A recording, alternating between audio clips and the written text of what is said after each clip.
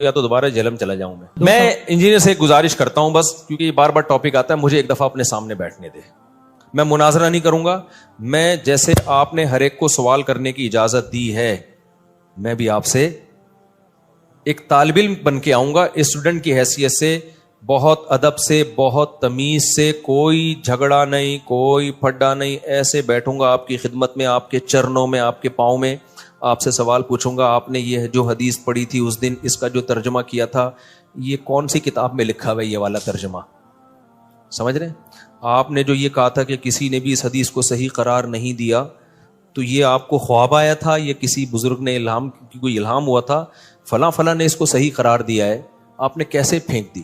آپ نے جو اس دن یہ کلپ میں فرمایا تھا کہ یہ علماء دیوبند کا گڑھا ہوا عقیدہ ہے، تو یہ تو ہزاروں سال سے یہ عقیدہ چلا آ رہا ہے، تو گڑھا ہوا تو وہ چیز ہوتی ہے جو ایجاد کی ہو، تو یہ آپ نے کیسے بہت لمبی، یعنی بہت تمیز سے نا، پھینکنا کا لفظ استعمال کروں گا کہ اتنے سوالات ہیں نا، بے ہوش نہ ہو جائے نا، میرا نام بدل دینا، بھاگ جائے گا.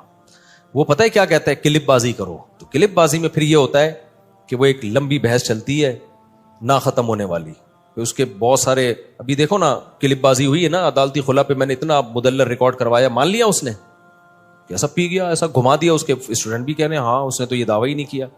تو اس میں خیانت آسان ہوتی ہے، جب فیس ٹو فیس بیٹھ کے بات ہوتی ہے نا تو پھر بھاگنا بہت مشکل ہوتا ہے. اب یہ عبداللہ بن عباس والی حدیث جو ہے، جابر بن زید کہتے ہیں کہ عبداللہ بن عباس وہ کہتے ہیں میرا خیال یہی ہے کہ ظہر کو مقدم کیا تھا، عصر کو، ظہر کو مؤخر کیا تھا، عصر کو مقدم. فوراً انجینئر نے کیا کہہ دیا، کوئی حنفی نے یہ بول دیا ہے. تو میں جب سامنے بیٹھا ہوتا میں کہتا ہے kindly excuse me sir please. ہم اسکول میں تھے نا، ایکسکیوز می ایسے اپنی مس کو جب ہم نے کو پوچھنا ہوتا تھا نا، میس ایسے ہم وہ دیکھا 50-50 میس میں کہتا سر پلیز. پھر میں کہتا سر یہ حنفی کا الزام غلط ہے اس کے اوپر، یہ عبداللہ بن عباس کا شاگرد ہے یہ. اور نسائی میں تو خود عبداللہ بن عباس سے منقول ہے یہ، لیکن چلو اس میں اضطراب ہے، اس میں بعض لوگ کہتے ہیں عبداللہ بن عباس کی طرف اس قول کی نسبت درست نہیں ہے. تو ایسے ایسے بلنڈر ہیں، لیکن آپ نے یعنی بالنگ بھی خود ہی، بیٹنگ بھی خود ہی، اور امپائر بھی خود ہی. ایسے میچ میں جیتنا، وہ شعر یاد کر لو بس، ہم کو دیکھ کے شرماؤ تو شرمانے کی داد بھی دیں. شاعر اپنی محبوبہ سے کہہ رہے تم ہر وقت شرماتی رہتی ہو نا، یہ کوئی شرمانا کوئی یہ اٹریکشن کا ذریعہ نہیں ہے.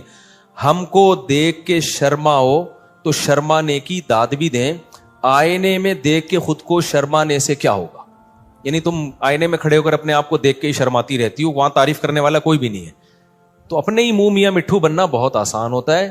کبھی خوشبو لگا کے آپ انڈا موڑ آؤ، ہمارے سامنے بیٹھ جاؤ یا ہمیں اپنے سامنے بیٹھنے دو، پھر ہم دیکھیں گے ان تلوں میں تیل کتنا ہے، کتنا علمی کتابی ہے. دیکھیں اسلام میں 5 نمازوں کا مطلب ہی 5 وقتوں پر ہے.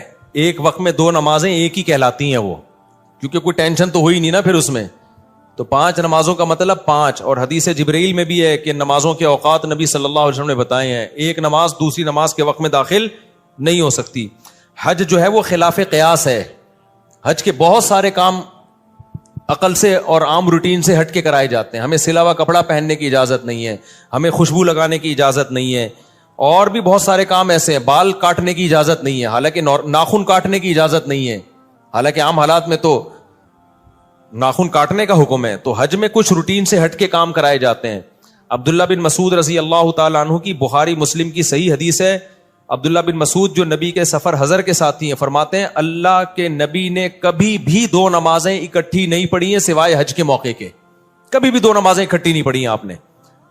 لوگ کہتے ہیں کہ عبداللہ بن مسعود کو پتہ ہی نہیں ہوگا کہ سفر میں ہو سکتا ہے ان کے سامنے نبی نے پڑھی ہو، نبی نے یعنی جب پڑھی تھی تو اس وقت وہ سفر میں نہ ہو. تو یہ بات بھی غلط ہے. عبداللہ بن مسعود سے صحیح سند سے یہ بات بھی ثابت ہے کہ آپ نے فرمایا کہ نبی نے سفر میں 2 نمازیں اکٹھی پڑھی ہیں. ایک طرف ابن مسعود کہہ رہے ہیں کبھی بھی اکٹھی نہیں پڑھی، ایک طرف کہہ رہے ہیں پڑھی ہیں. اس کا مطلب جو پڑھی ہیں اس کا مطلب کچھ اور ہے، اور نہیں پڑھی ہیں اس کا مطلب کچھ اور ہے. جو پڑھی ہیں وہ ایسے پڑھی ہیں کہ ظہر کو مؤخر کیا، آخری وقت میں پڑھا، اور عصر کو مقدم کر کے اول وقت میں پڑھا. اس طرح سے پڑھنا ثابت ہے.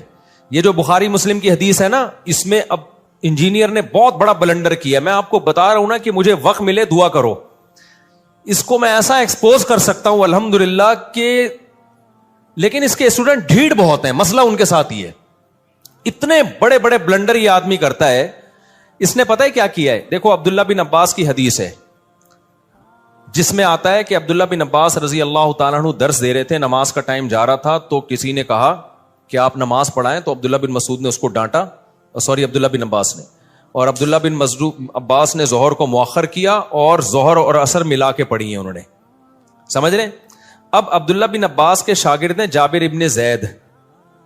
اچھا, احناف بھی اس کے قائل ہیں. عبداللہ بن عباس سے پوچھا گیا تو انہوں نے فرمایا نبی نے اسی طرح 2 نمازیں اکٹھی پڑھی ہیں, بغیر خوف کے, بغیر بارش کے, بغیر سفر کے, کوئی بھی عذر نہیں تھا, لیکن نبی نے 2 نمازیں اس طرح سے اکٹھی پڑھی ہیں, تو میں نے بھی اس طرح پڑھی ہیں.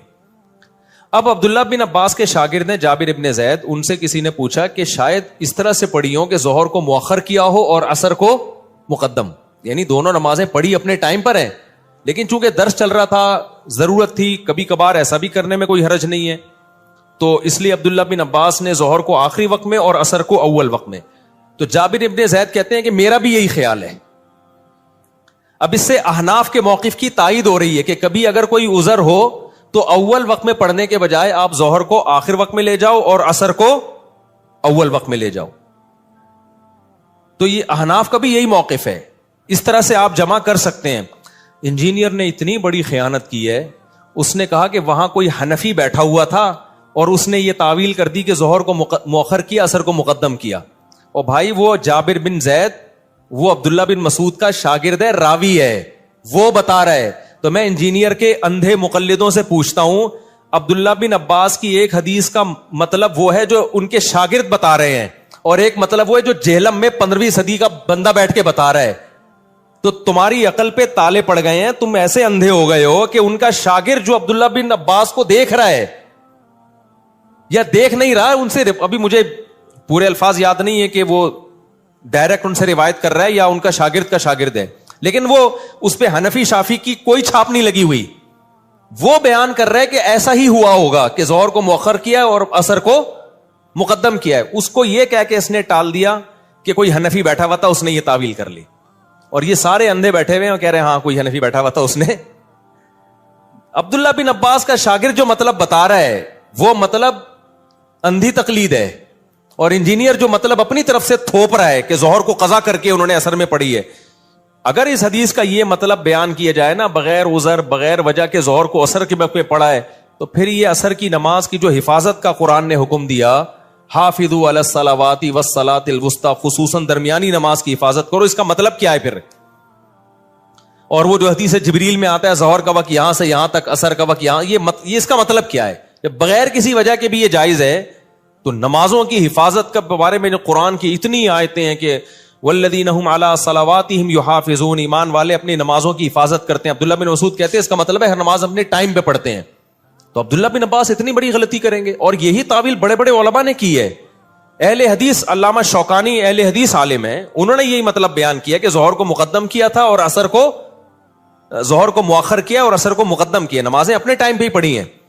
لیکن اس کو احناف سے, علماء دیوبند سے, بر صغیر کے مولویوں سے اتنی چڑ ہے, بس کچھ بھی اٹھا کے سنڈ مارتا رہے گا. حدیث کے راوی بیان کر رہے ہیں کہ بھائی وہ اس طرح کیا ہوگا, تو وہ پی گیا, جابر بن زید کو پی گیا اور بولا کہ کسی حنفی نے یہ تعویل کی ہے بڑی, یعنی حنفی بھی نہیں, اب کہنا تو اس کو یہ دل چاہ رہا تھا کہ انڈا موڑ کے کسی مولوی نے یہ تعویل کی ہے.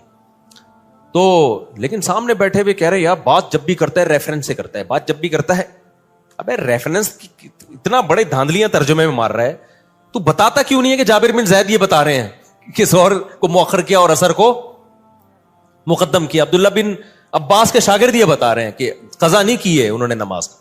تو یہ کبھی خوشبو لگا کے انشاءاللہ سوچ رہا ہوں یا تو دوبارہ جہلم چلا جاؤں میں, لیکن ایسا ہوتا نہیں ہے, کیا کریں. وعلیکم السلام. 2 سوال ہے. ایک تو یہ کہ صف میں نماز پڑھنے اس طرح اگر آگے والی صف نہیں بھری ہوئی ہو, دائیں بائیں جگہ رہ گئی ہو, 1 یا 2 بندوں کی صحیح, خاص طور پہ ان مساجد میں جہاں پہ صفیں بہت لمبی ہوتی ہیں جی, اور اس میں نئی صف میں کھڑے ہو جانے سے کیا نماز بالکل نہیں ہوتی ہے, یا یہ کہ نماز ہو جاتی ہے؟ مسجد میں جہاں بھی کھڑے ہو کر اقتدا کرو گے نماز ہو جائے گی, لیکن صف میں خلا کا گناہ ملے گا.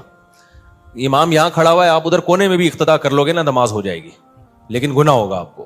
السلام علیکم. وعلیکم السلام. مفتی صاحب میرا سوال یہ تھا کہ اپنی زندگی میں جو نماز قضا کی ہے جی, اس بارے میں کیا وعید ہے, اور آئندہ جو ان نمازوں کو کس طرح ادا کرے؟ دیکھو زندگی میں ہی نمازیں قضا ہوتی ہیں, موت کے بعد تھوڑی قضا ہوتی ہیں. جو بھی زندگی میں نمازیں قضا ہو گئی ہیں, ایک نماز کا قضا کرنا اکبر الکبائر ہے, کبیرہ نہیں ہے, اکبر الکبائر. کبائر میں بھی سب سے بڑا گناہ ہے, اتنا بڑا جرم ہے نماز کا قضا کرنا. تو نماز ذمے سے ساقط نہیں ہوتی. ہاں کوئی کافر مسلمان ہوا ہے تو اس پہ تو نماز پہلے لازم ہی نہیں تھی نا, لہذا وہ اس دن سے شروع کرے گا. مسلمان جو تھا اس پہ تو جب سے بالغ ہوا ہے نمازیں اس کے ذمہ لازم ہے, تو وہ لوٹانا اس پر لازم ہے. لوگ کہتے ہیں قضائے عمری کی دلیل کیا ہے, ان سے پوچھا جائے نہ ہونے کی کیا دلیل ہے. حدیث میں آتا ہے دین اللہ احق ان یقضی, اللہ کا قرض اس بات کے زیادہ لائق ہے کہ اس کو ادا کیا جائے, تو اس میں توبہ بھی کرے اور قضا بھی پڑھ لے. السلام علیکم. وعلیکم مفتی السلام. صاحب میرا ای کامرس کا بزنس ہے, تو پاکستان سے پروڈکٹ باہر بھیجتے ہیں, US UK کینیڈا نا. تو اب پاکستان میں پیمنٹ اویلیبل نہیں ہے, پیمنٹ پلیٹ فارم لائک پے پال, اسٹرائپ اویلیبل نہیں ہے. تو باہر ہمارا فرینڈ وغیرہ ہے جس کے ڈیٹیل کے اوپر اکاؤنٹ بنایا ہوا ہے, جس کی ڈیٹیل پہ اکاؤنٹ بنایا ہوا ہے, تو اس سے بنانے سے پہلے پرسنٹیج ڈسکس کی کہ 15% ہم آپ کو پے کریں گے جو بھی ارننگ ہوگی اس کے اندر. تو اب جو بھی ارننگ آتی ہے تو اس کو 15% پے کرتے ہیں, تو یہ سود میں کے زمرے میں تو نہیں ہے؟ یعنی اس کا اکاؤنٹ آپ استعمال کر رہے ہیں؟ جی بالکل. اس کے اکاؤنٹ میں پیسے آتے ہیں جی, اور وہ اپنا اکاؤنٹ استعمال کرنے پر آپ سے جتنی بھی ٹرانزیکشن ہوگی اس کا 15% لیتا ہے پر ٹرانزیکشن. یہ آپ نے اس کو قرض دیا ہے اور آپ اس کو قرض دینے کا ہی, سود تو نہیں ہے یہ, سود نہیں ہے کیونکہ سود تو کہتے ہیں قرض دے کے نفع حاصل کرنا. ٹھیک. تو آپ نے تو اس کو اس کے اکاؤنٹ میں گویا اگر اس کو ہم قرض بھی سمجھتے ہیں نا, قرض دے کے الٹا اسی کو 15% دے رہے ہو آپ, تو یہ سود میں نہیں آتا. باقی یہ کہ یہ شرعن جائز ہے یا نہیں ہے, تو دیکھیں اکاؤنٹ استعمال کرنے کا متعین پیمنٹ ہونی چاہیے.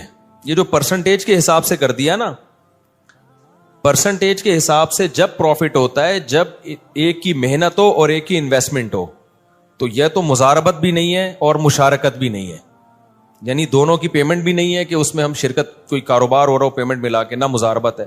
تو محض اکاؤنٹ استعمال کرنے کا ایک متعین کرایہ آپ اس کو دے سکتے ہیں. تو اس کو اس طرح سے کہہ کریں کہ بھائی میں آپ کا اکاؤنٹ استعمال کروں گا, اس کا اسپیسیفک میں اتنا رینٹ دیا کروں گا آپ کو. اور سب دوسرا سوال یہ ہے کہ جس طرح سے بات کی جاتی ہے کہ ریاست کے ساتھ جو ہے نا وہ ایک تعمیری رویہ ہونا چاہیے, مطلب بغاوت کا یا جھگڑے کا, فساد کا نہیں ہونا چاہیے. جی البتہ احتجاج کرنے کا حق ہے. تو کل یا پرسوں کی بات ہے, یہ فلسطین کے سلسلے میں اسلام آباد میں ریلی وغیرہ ہو رہی تھی, سینیٹر مشتاق احمد خان وغیرہ ان کی ٹیم تھی پوری. تو جس طرح سے ان کو پولیس کی گاڑیوں میں بھرا گیا ہے, ڈالا گیا ہے گردنوں سے پکڑ کے, اور اسی طرح سے ابھی کل یا پرسوں کی بات ہے ایک کراچی یونیورسٹی کے پروفیسر کو اغوا کر لیا گیا ہے. تو اس طرح کے واقعات پہ آپ کے پاس اگر جائز راستہ بھی نہ ہو احتجاج کرنے کا یا ریکارڈ کروانے کا, تو پھر اس صورت میں آدمی کیا کرے؟ خاص طور پہ جامعۃ الرشید کا کیا موقف ہے, جبکہ ان کی طرف سے خاص کے تاکید آتی ہے کہ آپ حمایت کریں اداروں کی. اس طرح کے واقعات پہ جامعہ کا رد عمل کہاں پر آتا ہے اور کس طرح سے آتا ہے اور کس طرح سے آتا ہے؟ دیکھو اس صورت میں سب سے پہلی بات یہ کہ جب تک دونوں طرف کی بات نہ سن لو کسی ایک کو فیور نہ کرو.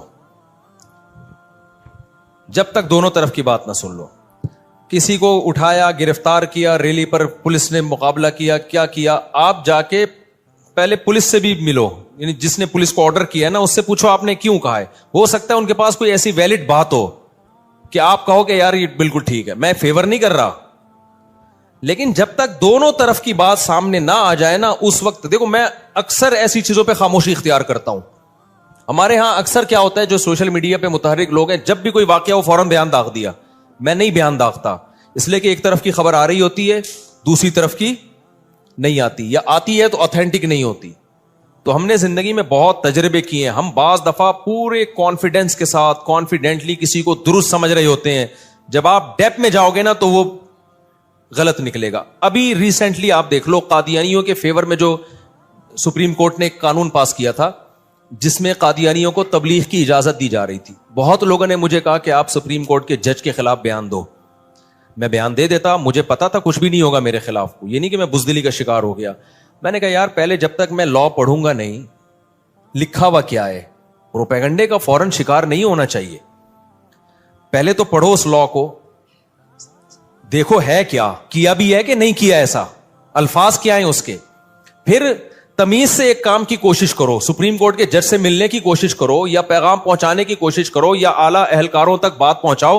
ہو سکتا ہے ہمارے احتجاج کے بغیر اور ایک تمیز سے ایک کام ہو جائے. تو ہوا یہ تھا جب سپریم کورٹ کے جج کا یہ فیصلہ آیا تو آپ کو پتا ہے جنرل عاصم منیر کے ساتھ علماء کی میٹنگ ہوئی ہے نا کچھ دن پہلے, بہت سارے علماء گئے تھے اس میں, تو ہمیں بھی دعوت تھی, ہم بھی گئے. تو وہاں علماء نے یہ مسئلہ جنرل عاصم منیر کے سامنے اٹھایا, بریلوی علماء بھی تھے, اہل حدیث بھی تھے, دیوبندی بھی تھے, سب نے شیعہ بھی تھے, یہ مسئلہ اٹھایا کہ سپریم کورٹ نے, جنرل عاصم منیر نے بلایا اس لیے تھا کہ کوئی کسی کو اعتراض ہے, کوئی اشکال ہے تو کرے, تو یہ مسئلہ اٹھایا کہ بھئی یہ سپریم کورٹ نے قادیانیوں کو تبلیغ کی اجازت دے دی ہے. جنرل عاصم منیر نے کہا کہ آپ وہ قانون پڑھیں, اس میں قادیانیوں کو تبلیغ کی اجازت نہیں دی گئی ہے. پھر بھی پڑھنے کے بعد بھی اگر آپ کو کوئی اعتراض ہے تو ہم اس اعتراض کو دور کریں گے. وزیر اعظم صاحب بھی بیٹھے ہوئے تھے. جب اس قانون کو پڑھا گیا تو ہوا یہ تھا کہ اصل جو قانون تھا نا وہ یہ تھا کہ قادیانی اپنے بچوں کو تعلیم, یعنی تعلیم کا لفظ تھا جو اپنے بچوں کے لیے تھا, لیکن اس قانون میں یہ سقم تھا کہ اس سے قادیانی غلط فائدہ اٹھا سکتے تھے. جج کی نیت تبلیغ کی نہیں تھی کہ قادیانیوں کو تبلیغ کی جائے, لیکن ورڈنگ ایسی تھی کہ اس کے دو مطلب نکلتے تھے, اور کل فیوچر میں قادیانی اس تعلیم کے لفظ کو جو اپنے بچوں کو جو پڑھا رہے ہیں نا اس کو بنیاد بنا کر وہ تبلیغ بھی کر سکتے تھے. لہذا یہ بات پھر حضرت مفتی تقی عثمانی صاحب کے پاس گئی اور دیگر علماء کے پاس گئی, تو پھر علماء نے یہ احتجاج کیا, کہا کہ بھائی یہ جو لفظ ہے نا, اگرچہ جج کی نیت یہ نہیں تھی کہ تبلیغ کی اجازت دی جا رہی ہے, جج کی نیت ٹھیک تھی, لیکن اس الفاظ میں یہ سقم ہے. تو بڑے آرام سے کام ہوا, ہمیں پتا چلا کہ جج بھی قادیانیوں کے 100% خلاف ہے. جتنے ہم خلاف ہیں نا, ہم سے زیادہ وہ سپریم کورٹ کے جج خلاف تھا. اس نے فوراً چینج کر دیا اس کو. ابھی حضرت مفتی تقی صاحب سے نہیں بات چیت ہوئی ان کی, تو ایک کام آرام سے ہو سکتا ہے. کچھ غلط فہمیاں بھی ہوتی ہیں, ہم کیوں فوراً حکمرانوں کے خلاف, فوج کے خلاف, جج کے خلاف کیوں ایک تماشا کھڑا کر دیں؟ جتنا اختلاف, فوج کے خلاف بھی اختلاف رکھو, جتنا ہے اتنا رہنے دو اس کو. ہر چیز میں نہیں ہم نے اگینسٹ جانا ہے.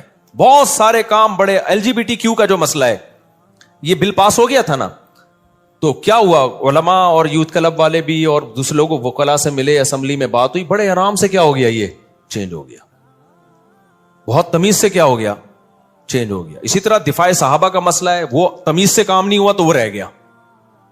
جو ناموس صحابہ کا لا تھا نا, وہ ایسے نہیں ہوا, آرام سے بیٹھ کے نہیں ہوا, وہ جوش و خروش سے ہوا ہے, لہذا وہ رہ گیا. تو اس لیے ایک دم نہیں جذبات میں آ جانا چاہیے. تو ہمیں جس چیز کا نہ پتا ہو, خاموشی ٹھیک ہے, کسی کو نہ مخالفت کرو نہ فیور کرو. پھر گورنمنٹ بہت سے لوگوں کو اٹھا رہی ہوتی ہے, ہم بے گناہ سمجھ رہے ہوتے ہیں, بہت سے بے گناہوں کو بھی اٹھاتی ہے, لیکن بہت سے ایسوں کو اٹھاتی ہے ہم بے گناہ سمجھ رہے ہوتے ہیں, لیکن آپ ان کی ہسٹری میں جاؤ گے تو وہ بے گناہ ہوتے نہیں ہیں, وہ کہیں نہ کہیں کرمنل ایکٹیویٹی میں ہوتے ہیں, ایجنسیوں کے پاس بہت خبریں ہوتی ہیں, لیکن بہرحال ظلم بھی ہوتا ہے. 100% اگر یقینوں کے ظلم ہے پھر یقیناً آواز اٹھانی چاہیے, لیکن 100% ہوتا نہیں ہے. دوسرا, بعض دفعہ گورنمنٹ کے سامنے ایک چیز یہ بھی ہوتی ہے کہ گورنمنٹ کئی محاذوں پہ لڑ نہیں سکتی ہے. آپ کو پتا ہے بلوچستان میں بس روک کے کتنے پنجاب کے لوگوں کو مار دیا, KPK میں دھماکے, بہت ساری جگہوں پہ گورنمنٹ الجھی ہوئی ہوتی ہے. تو اس میں گورنمنٹ کی یہ رائے ہوتی ہے کہ ہم ایک نئی پھٹیک نہیں پال سکتے, ہم نیا مسئلہ ایشو کھڑا ہوگا نا تو ملک کی سالمیت خطرے میں لگ جائے گی. میں گورنمنٹ کو فیور نہیں کر رہا, ہو سکتا ہے گورنمنٹ غلط کر رہی ہو, مسئلہ یہ نہ انہوں نے بنا لیا ہو, لیکن یہ پاسبل تو ہے نا کہ ہو سکتا ہے یہ ہو. تو اس لیے بہت ڈیپ میں جا کے جب تک چاروں طرف سے دلائل کے اچھے تجزیے نہ ہو, اس تک خاموشی کیا ہے, بہتر ہے. من سمتا نجا, حدیث میں آتا ہے جو خاموش رہ گیا نجات پا جائے گا, جو بولے گا تو پھر اللہ اس سے پوچھے گا کہ کیا دلیل تھی تمہارے پاس. تو سپریم کورٹ کا مسئلہ تھا. اچھا, وہ جو عمران خان کے دور میں ڈیم کے لیے چندہ جمع ہوا ہے, کتنا لوگوں نے ہمیں کہا کہ آپ بھی مفتی صاحب اعلان کریں, پانی پلانے کی اتنی فضیلت ہے, آپ بھی کہیں کہ لوگ چندہ دیں. میں نے کہا نہیں, ٹھیک ہے, ہمیں عمران خان پہ اعتماد تھا کہ وہ کرپٹ نہیں ہے, لیکن میں نے کہا میں چندے کا اعلان کروں, کروڑوں اربوں روپے لوگوں کے چندے کے ڈیم کے لیے ہو جائیں, کل عمران خان کی حکومت گئی. صحیح ہے نا. دوسری بات یہ کہ عمران خان کے پاس کیا ایسا پیکیج ہے, کیا فریم ورک ہے, وہ ہمیں بتائے نا, ہمیں اعتماد میں لے, وہ علماء کو جمع کرے, وزیر اعظم صاحب بتائیں کہ بھائی یہ چندہ آئے گا تو پاکستان میں جیسے پہلے چندے ضائع ہوئے ہیں, میں اس کی نگرانی کر رہا ہوں, اس کے لیے ہوائی بات نہیں, میں نے یہ ورک کیا ہوا ہے, اس پہ یہ پیپر ورک ہے, اور یہ اپلائی جو ہے نا اس کا امپلیمنٹ اس طریقے سے ہوگا پورا پراپر. جب اعتماد ہوگا ہمیں, پھر ہم اعلان کریں گے بھائی چندہ دو.